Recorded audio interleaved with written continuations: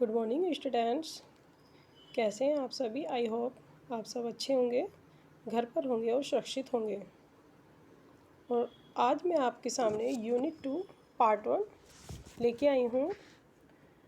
अभी तक हमने यूनिट 1 कंप्लीट किया था। इसके बाद यूनिट 2 का nutrition, food science and technology means पोषण, खाद्य विज्ञान और प्रौद्योगिकी के बारे में हम पढ़ेंगे। इसमें देखिए मैंने दे भी रखा है, इसमें थोड़ा सा एक डायग्राम है, फ़ोटो है। इसमें डिफरेंट आपको न्यूट्रिएंट्स देखने को मिल सकते हैं। मीन्स फ्रूट्स भी है, वेजिटेबल्स भी है, दूध भी है, शुगर भी है, सब कुछ है। मीन्स यही सारी चीज़ें हमारे न्यूट्रिशन कहलाती हैं। इन्हीं सब चीज़ों के बारे में आज हम स्टडी करेंगे। तो जो सेकंड यूनिट है उसमें सबसे पहले हम लोग पढ़ेंगे clinical nutrition and dietetics means नैदानिक पोषण और आहारिकी। अब इसके अंदर हम लोग पढ़ेंगे nutrition and its importance means पोषण और पोषण का महत्व। Second aspects of food means भोजन के पहलू। And third one nutrition status means पोषण स्तर। And fourth is clinical nutrition means नैदानिक पोषण। एंड लास्ट पढ़ेंगे हम डाइटिशन। ओके, सबसे पहले हमारा आता है न्यूट्रिशन मीन्स पोषण। क्या है न्यूट्रिशन?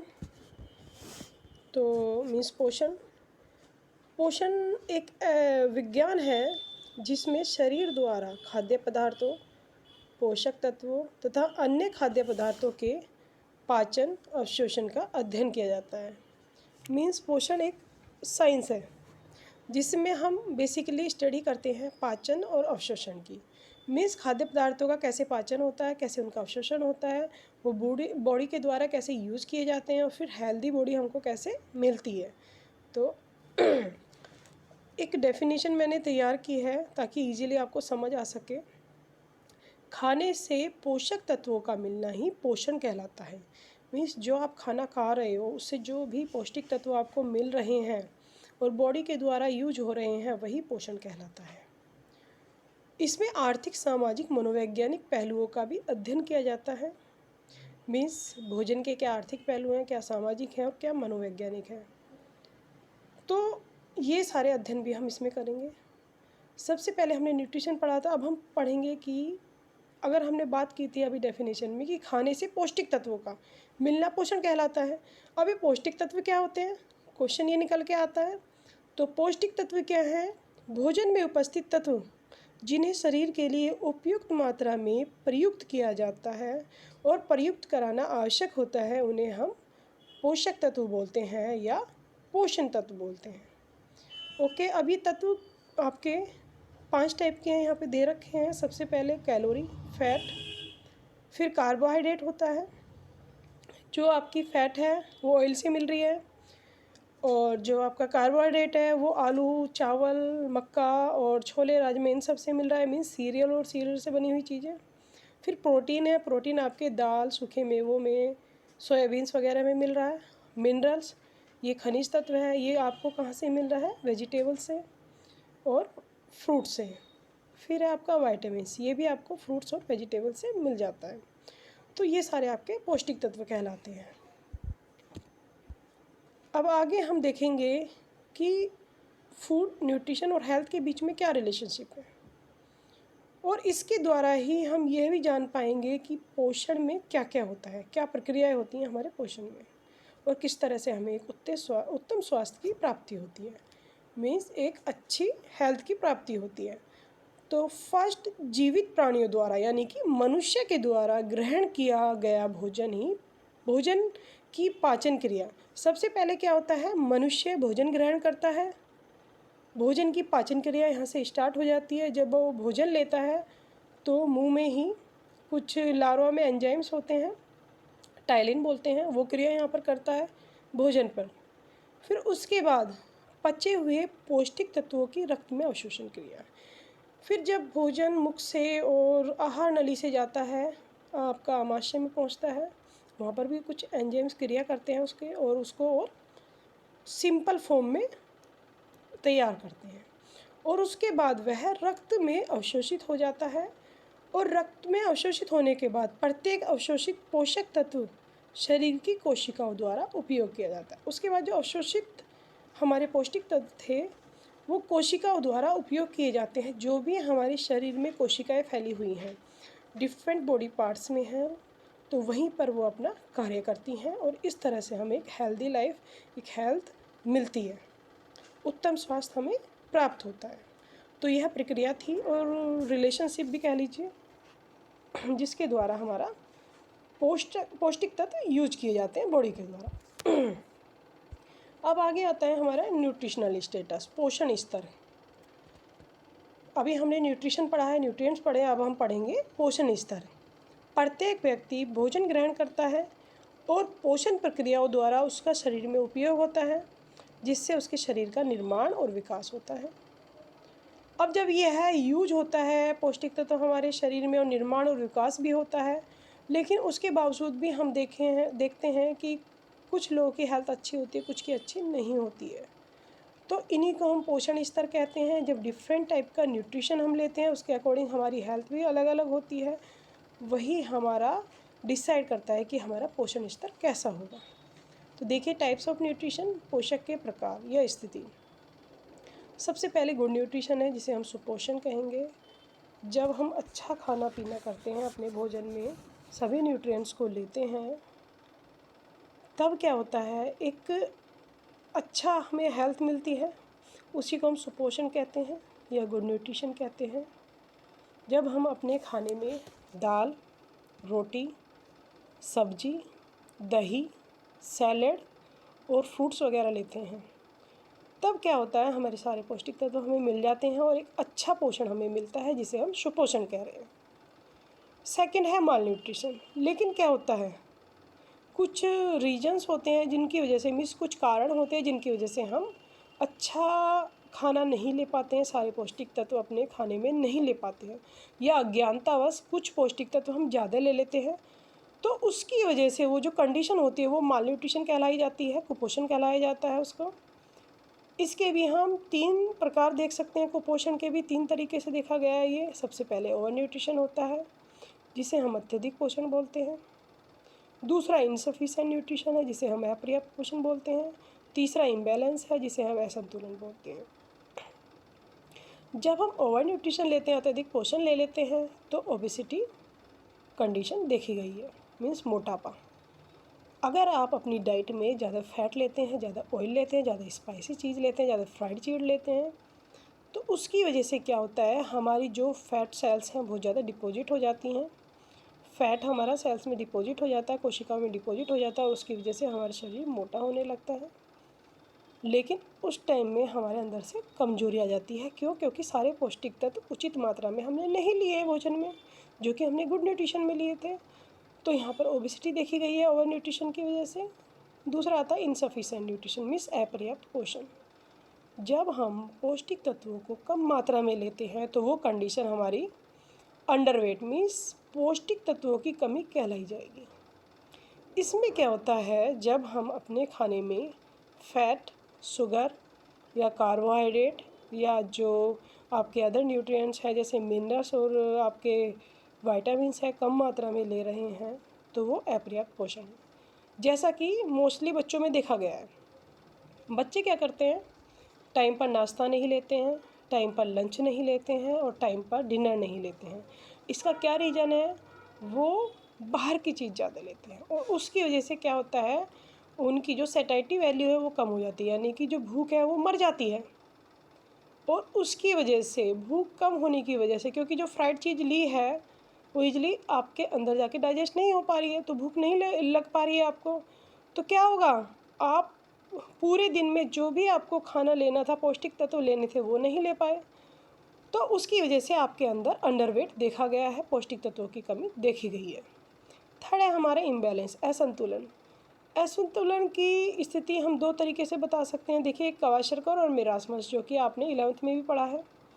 क्वाशरकर और मेरास्मस में क्या होता है, मेरास्मस में प्रोटीन की कमी आ जाती है, क्वाशरकर में कार्बोहाइड्रेट और प्रोटीन में इम्बैलेंस हो जाता है। तो उस कंडीशन को हम असंतुलन बोलते हैं। जब हमारा प्रोटीन और कैलोरी जो कि प्रॉपर अनुपात में होनी चाहिए वो नहीं होती हैं, तो उसकी वजह से क्या होता है, क्वाशरकर और मेरास्मस की कंडीशन देखी गई है।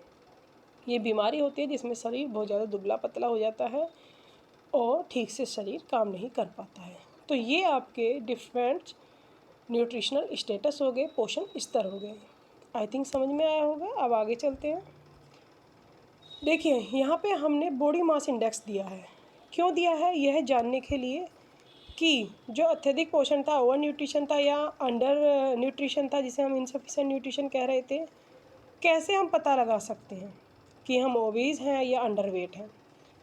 क्योंकि इतनी हमें नॉलेज नहीं है, ये तो ये कोई डॉक्टर ही बता सकता है। लेकिन आप खुद भी जान सकते हैं कि हम ओबेसिटी में आ रहे हैं या अंडरवेट में आ रहे हैं।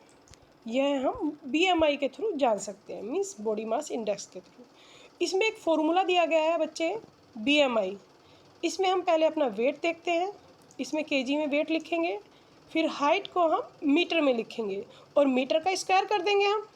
मीन्स अगर आपका जो मीटर में हाइट आ रही है वो 1 पॉइंट समथिंग है, 1 पॉइंट समथिंग 18 है, तो 1.18 को मल्टीप्लाई करेंगे 1.18 से और उसके बाद जो भी आता है उसको डिवाइड कर देंगे हम वेट से। आई थिंक समझ में आया होगा। ये आप देख सकते हैं करके। देखिए फिट में देखते हैं हम अपनी हाइट, तो फिट को हम मीटर में कन्वर्ट करेंगे। मीटर में आप कन्वर्ट कर सकते हैं, गूगल पर सर्च कर सकते हैं।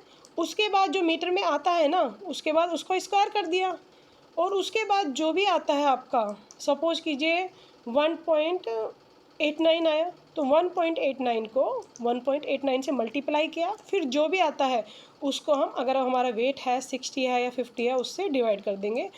तो जब वो आएगी डिजिट, जैसे कि अगर वो डिजिट आई 18.5 से कम, तो उस कंडीशन में हम अंडरवेट कहलाए जाएंगे। अगर वो डिजिट है 18.5 से लेके 24.9, तो हम नॉर्मल वेट में कहलाए जाएंगे, यानी कि हम नॉर्मल हैं, ना हम मोटे हैं ना ज़्यादा पतले हैं, ठीक है। लेकिन अगर वो डिजिट आती है 25 से 29.9 तक, यानी कि 29.9 तक आती है, तो हम ओवरवेट कहे जाएंगे। और अगर 30 और 34.9 से अबव आती है तो ओबेसिटी 1 में है। मीन्स अभी स्टार्टिंग हुई है हमारी ओबेसिटी की।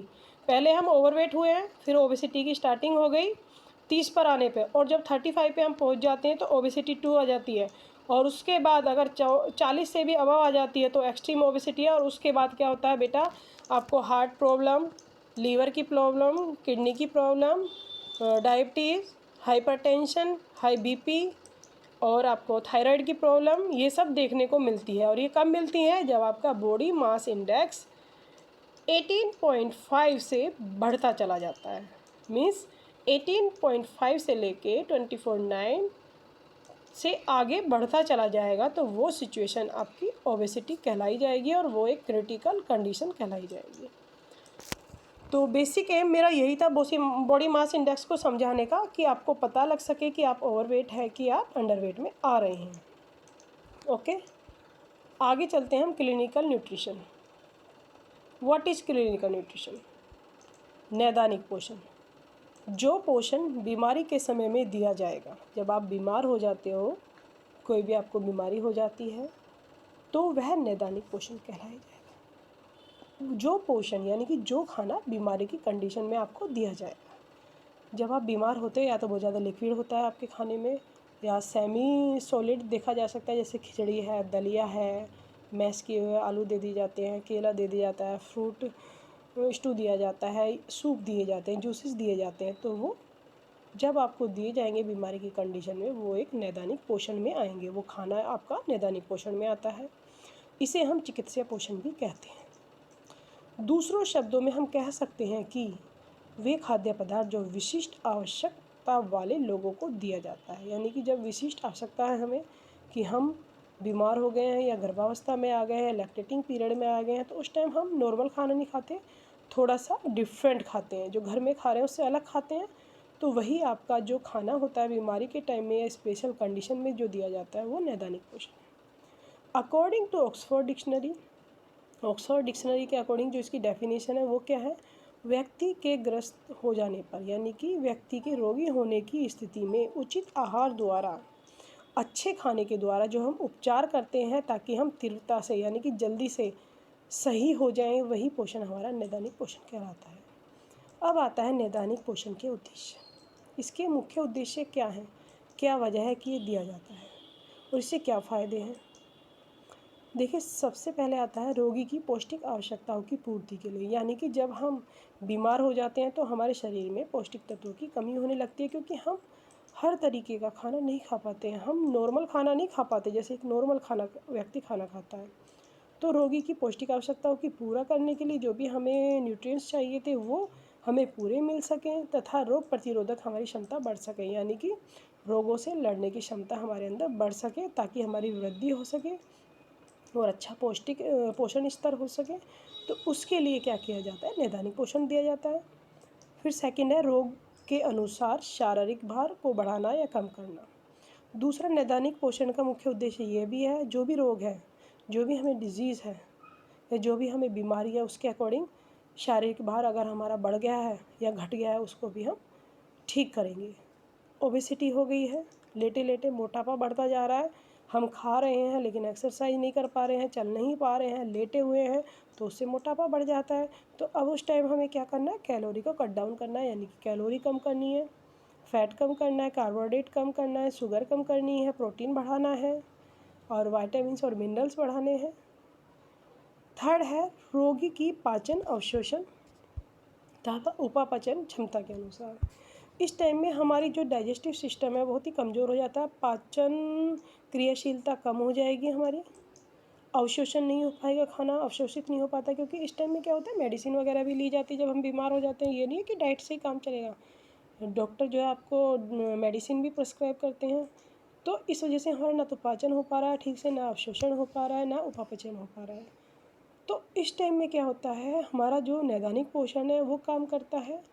मीन्स जो भी हमें रोग है, जैसे कि अगर हमें किडनी की प्रॉब्लम कोई है तो उसमें प्रोटीन कम कर दिया जाएगा, और दूसरा उसमें आपका कैलोरी वगैरह कार्बोहाइड्रेट कम कर दिया जाएगा। अगर हार्ट प्रॉब्लम है, सोडियम कम कर दिया जाएगा, फैट, शुगर और जो भी फ्राइड फ्रूट है वो सब कम कर दिए जाएंगे। तो जो भी हमारी कंडीशन है उसके अकॉर्डिंग ही हम थोड़ा सा चेंज लाएंगे इसमें। इसका मुख्य उद्देश्य यही होता है। फिर फोर्थ है रोग के अनुसार आहार की तरलता में परिवर्तन। अगर कोई व्यक्ति बेहोशी की कंडीशन में है, निगल नहीं पा रहा है, सटक नहीं पा रहा है, या फिर उसका ऑपरेशन हुआ है अभी रिसेंटली, तो उसके अकॉर्डिंग हम लिक्विडिटी यानी कि तरलता रखते हैं भोजन में। अगर वो ऑपरेशन में है तो क्या हुआ, ऑपरेशन के बाद चल फिर नहीं सकता है, तो हम उसको लिक्विड ज़्यादा देंगे, सॉलिड नहीं देंगे, क्योंकि उसको अपने में प्रॉब्लम है। और इसके अलावा हम यह भी देखते हैं कि अगर वो निगल नहीं पा रहा है, कुछ लोगों को होता है जैसे कि ये आपका गले में प्रॉब्लम होती है, तो उसको लिक्विड ज़्यादा देंगे ताकि वो ईजिली उसको डाइजेस्ट कर पाए। उसका डाइजेस्टिव सिस्टम वैसे ही वीक है। तो ये सारी चीज़ें यहाँ पर ध्यान रखी जाती है नैदानिक पोषण में। इसका मुख्य उद्देश्य यही है कि रोगी की कंडीशन को देख करके रोगी को आहार देना। फिर फिफ्थ आता है रोग के कारण पोषण तत्वों के ह्रास की कमी को पूरा करना। जब व्यक्ति रोगी हो जाता है तो पौष्टिक तत्वों की जो कमी आई है उन कमियों को यहाँ पर पूरा किया जाता है। तो ये थे हमारे नैदानिक पोषण के उद्देश्य। अब हम पढ़ेंगे नैदानिक पोषण के सिद्धांत क्या है मेन। इसमें क्या क्या ध्यान दिया जाता है, रोग की अवधि क्या है, मतलब कितने लंबे टाइम से रोग है। जैसे कि अगर कोई क्रोनिक डिजीज़ है तो 3 मंथ से ज़्यादा हो जाती है, तो उस टाइम में क्या होता है, बहुत सारे पौष्टिक तत्वों की कमी हो जाती है शरीर में। तो ये सब हमें देखना है कि कब से रोग चला आ रहा है, कितना टाइम हो गया, उसके अकॉर्डिंग हम खाना देते हैं उसको, उसी टाइप का देते हैं हम। फिर है रोगी की मनोवैज्ञानिक स्थिति। देखिए इस टाइम में क्या होता है, रोगी बहुत ज़्यादा इरिटेट हो जाता है, वो इजीली खाना नहीं खाता है, क्योंकि उसको इस एक ही टाइप का, जैसे खिचड़ी है, दलिया है, मैश की हुई वेजिटेबल स्ट्यू वगैरह दिया जा रहा है, जूस सूप ये सब दिए जा रहे हैं। तो क्या होता है, अगर आपको ये सब दिया जाए तो आपको भी प्रॉब्लम होगी ना। जैसे कि अभी लॉकडाउन है तो आप लोग क्या करते हो, लिमिटेड चीज़ खा रहे हो ना, क्योंकि कहा जा रहा है कि वेजिटेबल्स में इंजेक्शन वगैरह लगाए जा रहे हैं, ये वो जो भी आप सुन रहे हो, ह्यूमर जो भी आप सुनने में आ रहे हैं, तो उसकी वजह से लिमिटेड खाना खाया जा रहा है। तो इरिटेट हो कि नहीं हो, तो रोगी को देखिए बेटा कि वो एक बेड पर ही लेटा रहता है, उठ भी नहीं पाता है ठीक से, तो वो वैसे इरिटेट हो रहा है। तो उसकी मनोवैज्ञानिक स्थिति को देखते हुए भी हम थोड़ा सा खाने में वेरिएशन करेंगे, थोड़ा सा चेंजेस लाएंगे, ताकि उसको देखने में अच्छा लगे। इस तरह से सर्व करेंगे कि उसे अच्छा लगे और वो खा ले आराम से। और थोड़ा सा मॉडिफिकेशन भी कर सकते हैं टेक्सचर वगैरह में। नेक्स्ट है रोगी की पसंद और नापसंद। इस टाइम में उसको क्या ज़्यादा अच्छा लगता है, क्या अच्छा नहीं लगता है। जैसे कि कुछ लोगों को फूड एलर्जी वगैरह होती है, जैसे कि कुछ को दूध से होती है, सीरियल से होती है, तो हम क्या करेंगे, दूध की जगह जैसे दही दे सकते हैं, ताकि उसका पाचन प्रोटीन ज़्यादा मिले और उसको कैल्शियम भी ज़्यादा मिल रहा है और उसको एलर्जी की प्रॉब्लम नहीं है यहाँ पे। दूसरा, हम जैसे सीरियल्स है, तो अगर गेहूं के आटे से प्रॉब्लम है उसको, तो हम दूसरा आटा यूज कर सकते हैं, बाजरे का है, मक्का का आटा है, या जौ का आटा हो सकता है। तो ये उसको पौष्टिक तत्व भी मिल रहे हैं और दूसरा उसकी जो प्रॉब्लम है वो भी यहाँ पे सोल्व की जा रही है। आगे रोगी की आर्थिक स्थिति। अब उसकी इकोनॉमिक कंडीशन कैसी है ये भी ध्यान रखेंगे। सबका अपना अलग अलग फैमिली बैकग्राउंड होता है, तो वो सारी चीज़ें भी हम ध्यान रखते हुए उसको डाइट प्लान करते हैं। रोगी की जानकारी, रोग की जानकारी, यानी कि रोग कौन सा है। एक होते हैं दीर्घकालीन, एक होते हैं अल्पकालीन। जो आपके अल्पकालीन होते हैं वो थोड़े टाइम के बाद ही अपना रिकवरी हो जाती है, लेकिन थोड़ा जो दीर्घकालीन होते हैं, जैसे कि कैंसर है और आपका किडनी प्रॉब्लम है, हार्ट प्रॉब्लम है, शुगर की प्रॉब्लम है, डायबिटीज़ की, या फिर हाइपरटेंशन है, तो ये सारी जब प्रॉब्लम होती हैं तो उसके लिए हम उसके अकॉर्डिंग ही प्लान करते हैं, जो भी आपकी कंडीशन है। लास्ट में आता है रोगी की पाचन क्षमता। भाई अगर रोगी की पाचन क्षमता बिल्कुल ही ख़त्म हो चुकी है तो क्या होता है, यहाँ पर हम ट्यूब फीडिंग भी कराते हैं। तो हम आगे थोड़ा सा डिटेल में भी पढ़ेंगे, तो उसके अकॉर्डिंग ही यहाँ पे हम खाना देते हैं नैदानिक पोषण में। उसमें लिक्विडिटी वगैरह का ध्यान रखा जाता है अगर पाचन क्षमता उसकी ख़त्म हो चुकी है, कमज़ोर हो चुकी है। चलिए आगे चलते हैं। डाइटिशियन, जिसे हम आहार विशेषज्ञ भी बोलते हैं। अब आपने अभी तक पढ़ा था आहार के बारे में, अब ये आहार विशेषज्ञ होते हैं। इट मीन्स उन्हें नॉलेज होती है आहार की। उन्हें आहार की तो नॉलेज होती ही है, उन्हें ये भी पता होता है कि किस कंडीशन में किस टाइप का आहार दिया जाना है। ओके, जैसे आहार विशेषज्ञ वह व्यक्ति है जो हमें आहार संबंधी निर्देश देते हैं जीवन की विभिन्न अवस्थाओं में। अर्थात कौन सी अवस्थाएं वो, अर्थात गर्भाकाल से वृद्धावस्था तक, वह बीमारियों की अवस्था में भी इनका बहुत बड़ा रोल होता है। यानी कि विशेषज्ञ कौन है, सॉरी, यह वह व्यक्ति होता है जो हमें खाने से संबंधित निर्देश देते हैं, हमें क्या खाना है, क्या नहीं खाना है, और कितना खाना है, कब खाना है, कितने कितने ड्यूरेशन में खाना है, टाइम पीरियड्स वगैरह हमें बताते हैं। छोटे को क्या खाना है, बच्चे को, बड़े का क्या खाना होता है, गर्भावस्था का अलग है और लैक्टेटिंग पीरियड का अलग होता है। तो ये सारी चीज़ें निर्देश देते हैं, यही इनका रोल होता है, यही इनकी मेन भूमिका होती है। देख लीजिए कुछ पॉइंट्स मैंने तैयार किए हैं। रोल ऑफ डाइटिशियन, आहार की सूची तैयार करना। सबसे पहले ये बताते हैं हमें, अगर हमें डायबिटीज़ है, शुगर की प्रॉब्लम है फॉर एग्ज़ाम्पल के लिए, तो हमें क्या खाना है, क्या नहीं खाना है, कौन कौन से फूड अलाउड किए जाने हैं खाने में, कौन से अवॉइडेड किए जाने हैं।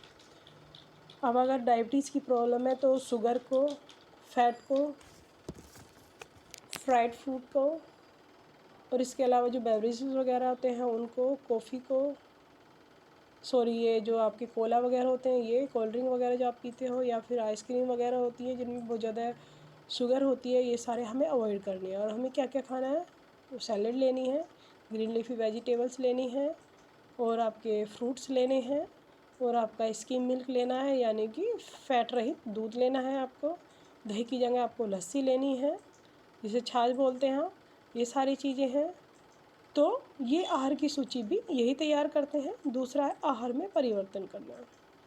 मीन्स जो भी वो आहार ले रहे हैं, घर पर जो आहार बन रहा है, अगर घर में गर्भावस्था में कोई लेडी है, उसे सारे पौष्टिक तत्वों की ज़रूरत होती है, तो यह ज़रूरत पूरी हो सकती है अगर हम प्रॉपर उसको प्लान करके चलें, थोड़ा सा आहार में परिवर्तित करके चलें। गर्भावस्था है तो उसको अगर सैंडविच बन रही है, सिंपल सैंडविच घर में बनाई जा रही है, तो उसके लिए हम पनीर ऐड कर सकते हैं, मटर ऐड कर सकते हैं, वेजिटेबल्स जो भी आपकी गाजर वगैरह है उसको ऐड कर सकते हैं, या फिर आपकी पत्ता गोभी होती है उसको ऐड कर सकते हैं। इट में सारे न्यूट्रिएंट्स हम उसको दे रहे हैं। दूध है, दूध के साथ हम जो है एक स्वीट डिश भी रख सकते हैं, तो उसको नाश्ते में ये सारी चीज़ें मिल जाएंगी, सारा पौष्टिक तत्व मिल जाएगा। अगर घर में सिंपल सैंडविच बनी है तो उसको इस तरह से मॉडिफाइड की हुई सैंडविच दे सकते हैं। तो ये आहार में परिवर्तन कहलाता है। फिर थर्ड है हमारा आहार संबंधी शिक्षा और सलाह। दूसरा डाइटिशियन का रोल यहाँ पर ये भी है कि वो आहार संबंधी हमें शिक्षा देती है और सलाह भी देती है कि हमें कैसे खाना है, कितने कितने ड्यूरेशन में हमें मील लेनी है। अगर गर्भावस्था में लेडी है तो उसको मतलब जो सामान्य लेडी लेती है उससे थोड़ा सा ज़्यादा उसे पौष्टिक तत्वों की ज़रूरत होती है। तो इसका मतलब ये नहीं है कि उसके जो मील्स हैं वो बढ़ा दी जाएंगी, नहीं, मील तो देनी है लेकिन छोटे छोटे ड्यूरेशन में देनी है, कम कम करके देनी है ताकि वो इजीली डाइजेस्ट होती जाए और उसकी जो रिक्वायरमेंट है वो भी पूरी होती जाए। अब नेक्स्ट है पोषणहीनता की स्थिति में आहार उपचार करना। अगर हमारे शरीर में कमी आ चुकी है ऑलरेडी तो उसमें कैसे उपचार करना है ये भी इसमें भी उनकी मेन भूमिका रहती है। मीन्स अगर किसी को क्वॉशरकर और मेरास्मस की प्रॉब्लम है, पोषणहीनता की प्रॉब्लम है, या अंडरवेट हो गया है कोई, या फिर किसी को हार्ट की प्रॉब्लम ले लीजिए ये हो गई है, तो उसको क्या ध्यान रखना है, उसको सोडियम कम कर देंगे, फैट कम कर देंगे, और उसके अलावा फ्राइड है, ऑयली है, ये सब कम कर देंगे। और उसको उसकी जगह हम क्या देंगे, मिसी रोटी दे सकते हैं, और आपका जो ये छाछ वगैरह है ये दे सकते हैं, लेकिन उसमें नमक नहीं ऐड करेंगे। तो ये सारी चीज़ें हम ध्यान रखेंगे कि इट मीन्स जो सोडियम है यानी कि नमक है उसे कम देना है, क्योंकि उससे उसका बीपी हाई हो जाएगा, शूट अप हो जाएगा। तो ये सारी चीज़ें भी हम आहार विशेषज्ञ से जान पाते हैं। लास्ट है आपका बीमारियों में आहार उपचार। अगर कोई बीमारी है तो उसमें उपचार कैसे करना है, क्या चीज़ बढ़ानी है, क्या चीज़ घटानी है, कैलोरी बढ़ानी है, प्रोटीन बढ़ाना है, विटामिन्स बढ़ाने हैं, मिनरल्स बढ़ाने हैं। तो ये सारी चीज़ें ध्यान में रखते हैं। तो ये हमारे आहार विशेषज्ञ हो गए। आई होप कि आप लोगों को सबको ये समझ में आया होगा। इसके क्वेश्चन आंसर भी हमें तैयार करने हैं, इसको थोरोली आप पढ़ेंगे और उसके बाद अगर कोई प्रॉब्लम निकलती है तो उसका सॉल्यूशन निकाला जाएगा। तो तब तक के लिए बेटा bye and thanks for watching me my video. Okay, bye bye बच्चों।